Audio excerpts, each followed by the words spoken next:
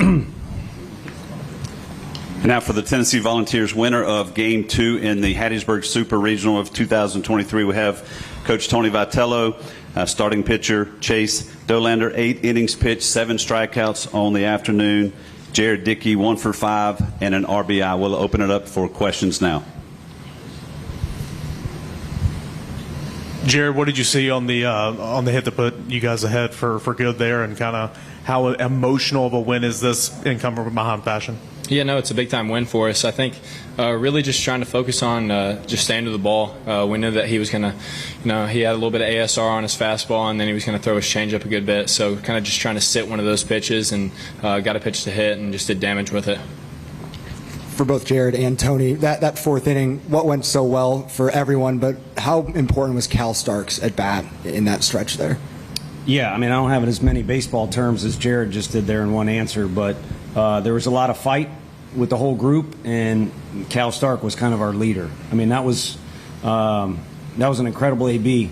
He grinded it out, and we didn't have that stuff going on earlier in the year where we responded like that after a difficult inning or picked each other up, whatever it might be. But as the season went on, we've come together, and so we'll look forward to tomorrow and see if we can continue to do that. Yeah, no, building off what he said earlier in the year, we wouldn't do that for each other, and just how close this team's gotten, it's really special, and I think we're just doing great things right now. And credit to Cal, he's been working his butt off. Probably works harder than most people that I know. I mean, you should have seen his face there in the 5th inning or 6th. I mean, it looked like he was dying, but he's just putting his life on the line for us. So it was awesome to see. For Chase and Tony, Chase, just how big was that big 6-run inning for you to kind of collect yourself after you gave up the homer, and what allowed you to settle in from that point on? And then Tony, your vantage point of what Chase was able to do after that inning and then almost throwing a complete game. Yeah, for sure. I mean, it definitely calmed me down a lot, just knowing that these guys have my back behind me. And Zane made that diving play in that same inning, and he's like, I got you. So I just started throwing more strikes, just started attacking hitters the way I needed to, and things just started to take off for me, which is really good. Yeah, I think we would like to delete one pitch from that inning, but otherwise, he was doing what he needed to do. He was going up against good competition, and they had a couple things work together for him, so it made for a difficult inning. But in terms of the rest of the game, it's kind of been the theme. I mean, it's why I think he's going to be so good in pro ball, is the reps add up in pro ball. And as he kind of gets in a rhythm when he's pitching for us, he's been really good all year long. Tony, we've asked you about Blake a lot over the last month or so, and you talked last week about how his process was better, but just how good was it to see him deliver those 2 big hits, and what went right for him in those at-bats? Yeah, well, he earned a Dairy Queen birthday cake. It's his birthday, and I just stand by the thing we talked about in Knoxville. The position he's in to hit kind of dictates the result of how it's going to go. And you may hit a ball hard and not get a hit out of it, or you might foul pitch off, whatever it might be. But if you had a predictor on his at bats, when he's in a good position to hit, really good things happen.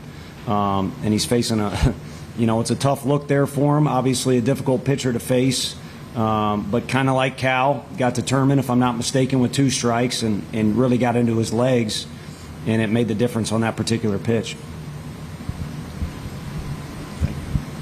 Chase, Tony, why do you think it's so important for the rhythm as well as the resiliency of you guys after the 4th inning? Yeah, I think you have to show, whether it's runs or not, you have to show that you're in the fight. And this is an emotional deal for kids. It's why they, and we kind of act like kids too as coaches. So maybe, we get too much leeway. But I think you got to give everybody a little bit of benefit of the doubt with their emotions, whether they're near a dugout or the other or on the field, because there's so much going on. But if you get beat down, you get beat down, you get beat down, it's hard to have positive vibes or positive emotions. So to respond in a way to that, challenging inning where he gets a breather, first of all, but also just to show that we're truly in the fight was really important. And in the first game, we did that to start the day. And, Storm was so good, we couldn't finish the job. But that mentality and that approach made it a winning day for us. Yeah, just kind of going based off of what he said, just knowing that this team can come back from something like that just builds a lot of confidence for us, and like you said, builds that resiliency in us. And I feel like that's going to help us a lot down the road. I know we don't have much more to go, but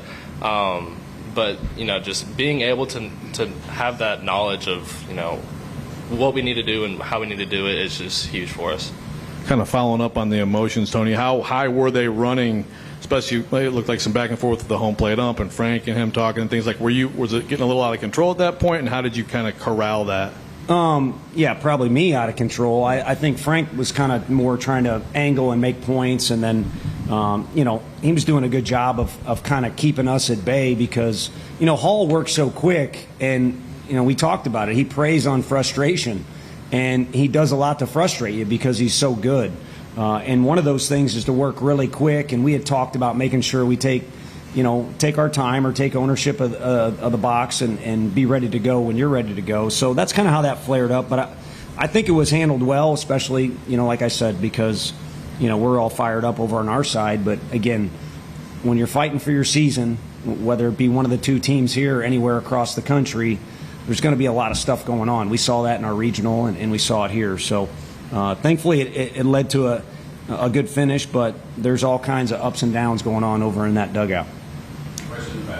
Coach Chase mentions about the play at third by Zane. Obviously, hindsight 2020 now and how you were able to respond after that. But in the moment, did it feel like maybe a game changer, or now does it feel like a game changer? Yeah, it does.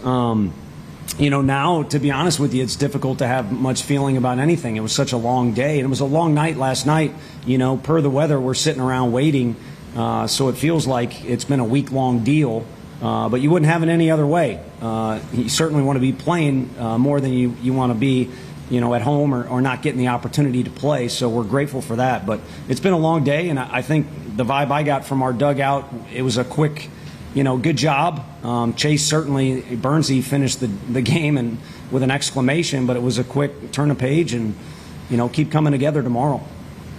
Coach, this one's for you. Yesterday, completely different day. Southern Miss goes up 4-0, but today, obviously, a different day, so things change. What did you see differently from USM today? I got to be honest. We just walked past some of their players, and you got to say good job. I'm looking at the box score for something that stands out. But the first inning, we got a good punch from them.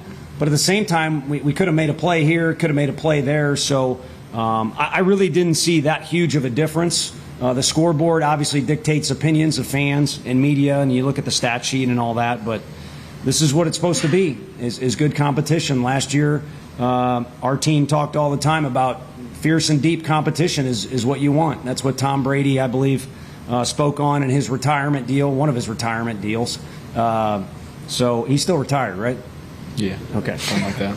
Final three questions right here. Yeah, Jared, your two-strike approach, are you shortening up more now than you did early in the season, or has anything changed there for you? I'm not going to lie to you guys. That last at-bat where I did it, I was kind of just trying something because I couldn't pick up the ball from that guy. Yeah, I don't even know. I don't know if I'll do it tomorrow or not. I guess I'll talk to him about it. Doing that before that key hit the fourth there, or you got it short at that point? Oh, no, I wouldn't have short at that point. Honesty is the best policy, I guess. Absolutely. Tony, Burke's home run's one of the longest I've ever seen hit here, one hop the church. I don't want to sound like a stupid question, but how big was it at that time in the game? Well, they say in school, I didn't pay attention that much, but every question's a good question. I think, it's kind of like a basketball game. 2 points is 2 points. And I'm only referencing, I've been buddies with basketball coaches that are good dudes, and we got the best dude ever at our place. But, sometimes when you have an emphatic dunk, it can kind of shift the momentum a little bit. So, yeah, at times for us this year, he's hit them so long, it kind of changes the entire mood in the dugout, not just based off the scoreboard. Now, for today, I think it was just, again, to make sure we got something on the board. And, we knew we were facing that guy. Come on, everybody in the park knows he's one of their best guys because they got a lot of good pitchers. But you got your work cut out for you when you're facing that guy. And you never know. It could turn into a frustrating day where you're hitting some balls hard like Hunter Inslee did early in the game. But you'd like something to show for it. And he gave us something to show for it. And, yeah, it did have a little extra to it, which was great. But that's something we've seen out of him since Grand Canyon. If you've ever been to that school, you're sitting him in the parking garage. So he's capable of doing that, again, when he uses his best swing. Tony, Jared just has 2 hits so far this weekend, but both 2 outs, 2 strike, RBI hits. Why is he able to deliver in those clutch moments when he's maybe not at his best? You want to chime in or not? To me, to not sound too corny, Jared Dickey's always at his best. An interesting beginning to our relationship in his time on campus, and ever since then, every day is an incredible day to be around Jared Dickey, and I'd say it whether he's sitting here or not. And maybe, again, parallel to our team. In August, it wasn't a fun team to be around. It was awkward. And there was a lot of space between the players and the coaches, the players and the players, even the players and the managers on a couple of occasions. And since then, we've been coming together. And again, I think the cool thing about these guys, it was an emotional win, but there was a quick reflection on it and then move forward to tomorrow and give us another day so we can try and come together a little bit more. Coach Vitello, Chase,